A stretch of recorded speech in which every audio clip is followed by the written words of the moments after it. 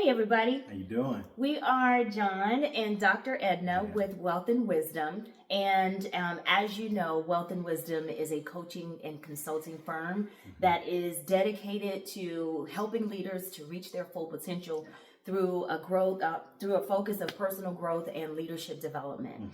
And we are so excited to bring to you just this great opportunity. We were having a conversation, and we thought it would be good to invite you into our conversation. So we have decided to launch conversational topics called Leadership and so leadership and is really going to focus on a variety of perspectives. So we're going to talk to you about leadership from the perspective of the self and personal growth, and then also bring in the roles of what is it?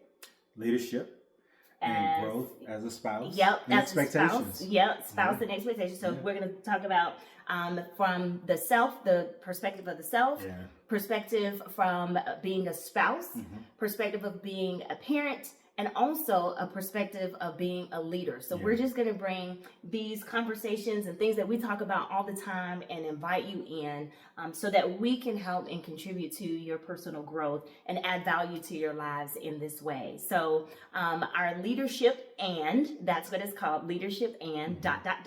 And then we'll fill in the blank with whatever the topic is going to be for that day. So this will be just kind of high level, very brief conversations just to sow into your life and give you something to think about. So today's topic is leadership and expectations expectations and being a spouse. So what do you think? So it's just giving you all a little insight onto some of the conversations that we have on a day-to-day basis, weekly, monthly, yearly.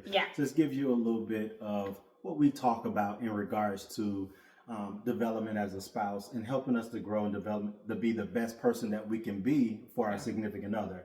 You know, because oftentimes when we get married, we don't have prior experience of being married unless you went through a life change. But, you know, for us, we didn't have that initial life change, but we do have some experiences that we bring to the table as oneself, but then we have to combine those things together as husband and wife. Absolutely. So today is leadership and expectations.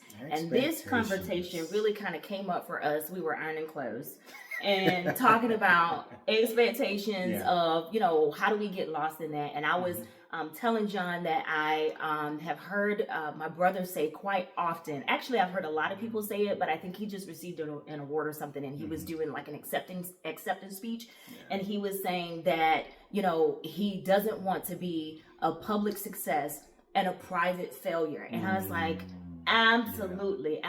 And that's something that we talk about all the time. And it was like, he just really put some good words into it.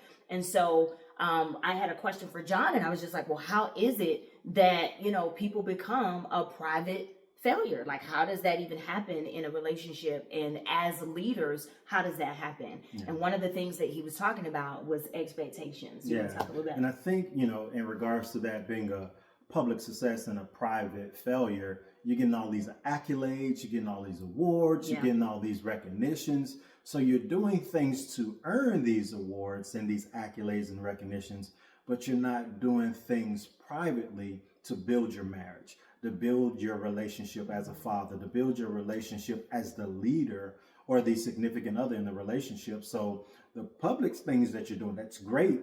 But what are we doing behind the scenes? Are we having conversations as it relates to our daily lives, as it relates to expectations that may be coming up for the week? So, you know, there are unspoken expectations that we may bring to the table that we haven't brought to the table to our significant other. And so give an example. For instance, you know, just in regards to both, you all know both of us are in some high demand careers where it takes a lot of our time. And so oftentimes we communicate at the top of the week, like who's going to pick up the kids, who's going to stay late, who's going to work late, and things along those lines.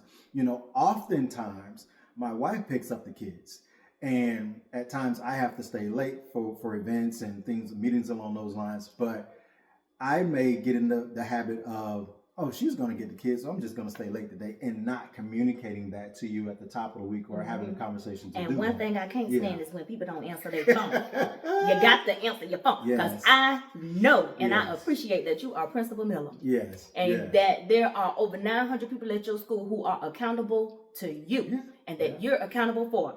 But when I tell you, Principal Miller. But I answered on the first ring now. Oh, wait, now. I answered on the first ring. Because Principal Miller got to come after husband Miller. Correct. Daddy Miller. Correct. So, yes, he does a good job with answering that phone. He loves his people. Now, don't get me wrong. He loves his school and his people. But he makes sure. And we had to work towards that, you know, for me to communicate. Hey, I need you to answer that phone. I know the fire drill went off, but I need you to answer the phone. I know that you're dismissing students, but I need you to answer the phone. But then again, I had to do better, and I had to be mindful of those times when I know that he's dismissing students right now. So it's probably not a good time to call. He got to do announcements over the PA.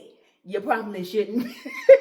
You probably shouldn't be, you know, calling them out. But that is things, I mean, even down to things that you think are so insignificant.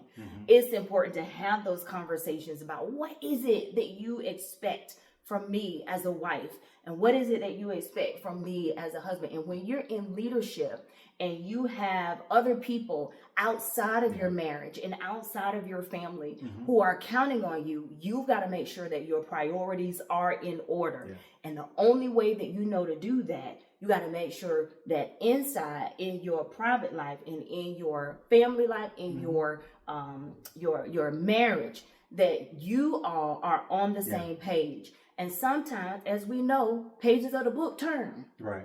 So you got to make sure that you are constantly communicating and expressing those expectations, because as those pages turn, those expectations are also going to turn. And I think it's so important for the spouse, on the other hand, it's not fair for the spouse, on the other hand, to be unaware of these expectations. Yeah. Because I've made up in my mind, I have these expectations, she should know, or he should know. That's not fair. Not fair. That's not bringing it to the table, sitting down and having a conversation about it. So it's going to be vital that we talk about it, we communicate about it, we look at each other's schedules, and remember that you have to lead yourself in order to have those conversations, so they're not unspoken, and that they are spoken expectations that you set on the table. So it's a conscious decision on your part, which is leading yourself in regards to bringing yourself to the table to discuss what these expectations are in the relationship. Yeah. So what I'm hearing is